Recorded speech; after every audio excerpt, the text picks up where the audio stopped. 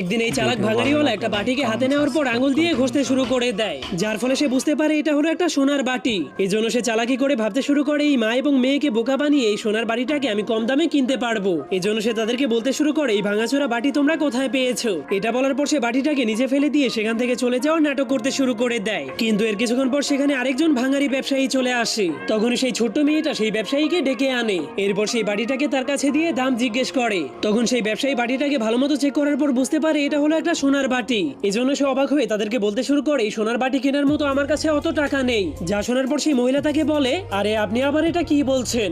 একটু আগে একজন ব্যবসায়ী এসে এই বাটিটাকে মাটিতে ফেলে দিয়ে বলেছিল এই বাটিটার কোনো দাম নেই, আর যদি আপনার কাছে এটাকে দামি মনে হয় তাহলে আপনি এটাকে নিয়ে নেন, আর তার পরিবর্তে আপনার কাছ থেকে আমার মেয়ে যা চায় তা দিয়ে যান। যা শোনার পর সেই ব্যবসায়ী অনেক খুশি হয়ে তার কাছে থাকা সব জিনিসপত্রগুলোকে সেই মেয়েটাকে দিয়ে দেয়। কিন্তু সে চলে যাওয়ার কিছুক্ষণ পরেই সেই চালাক ব্যবসায়ী আবারও তাদের কাছে চলে আসে। এরপর তাদেরকে বলতে শুরু করে তোমাদের সেই নষ্ট